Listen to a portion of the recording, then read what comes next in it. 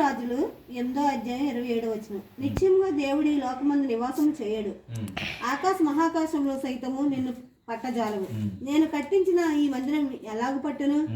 యెషయా 66:2 అవన్నీ నా హస్తకృత్యములు, అవి నా వల్ల కలిగినవని యెహోవా సెలవిచ్చుచున్నాడు.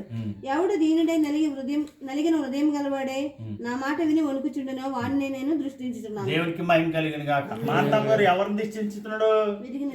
విరిగిన నలిగిన హృదయం గలవారి. దీన మనసు కావాలి అంటే ఏ దీన మనసు రావాలంటే ఏం చేయాలి? పరిశోధించాలి లేఖనాలు. ఆయన ఎక్కడ ఉంటున్నాడు? నిత్యంగా ఈ లోకంలో ఉన్నాడంట. అందుకనే ఇప్పుడు మీ సెల్లలో చిమ్మేస్తున్నాం మనం, ఫోన్ చేస్తుంటే ఎక్కడో శాటిలైట్ ఉంటుంది, దానికి దీనికి కలిసినట్టుంది. అలాగే పరిశుద్ధాత్మ మన హృదయం ఉన్నాడు.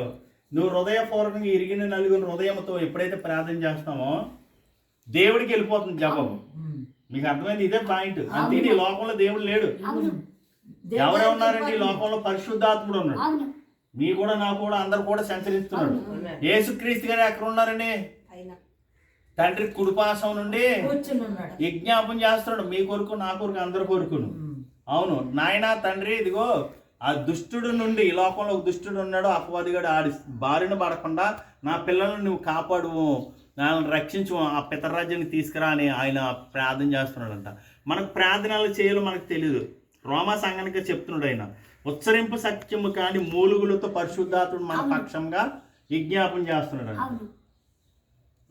అయితే ఇప్పుడు మీకు ప్రార్థన గురించి, విగ్రహారాధన గురించి బాగా అర్థమైంది. మరియమ్మ గారి ద్వారాగా మీకు తెలియజేశాను. కొంతమంది ఈ బైబిల్ మార్తమ్మ గారి ద్వారాగా ఈ బైబిల్ చదువుకుని మీరు సరి చేసుకోండి. తప్పులు ఉంటే సరి చేసుకుంటాం, తప్పే ఉంది. నాన్న తిడతాడు, అమ్మ తిడుతుంది, మనం కోపం పడతామా? అలాగే మన తండ్రి మాటలు మనకి దొరికినప్పుడు సరి చేసుకుంటాం, దొరకకపోతే మనకేం తెలీదు. అంతే కదండి మార్తమ్మ గారు, నిజమా కాదా?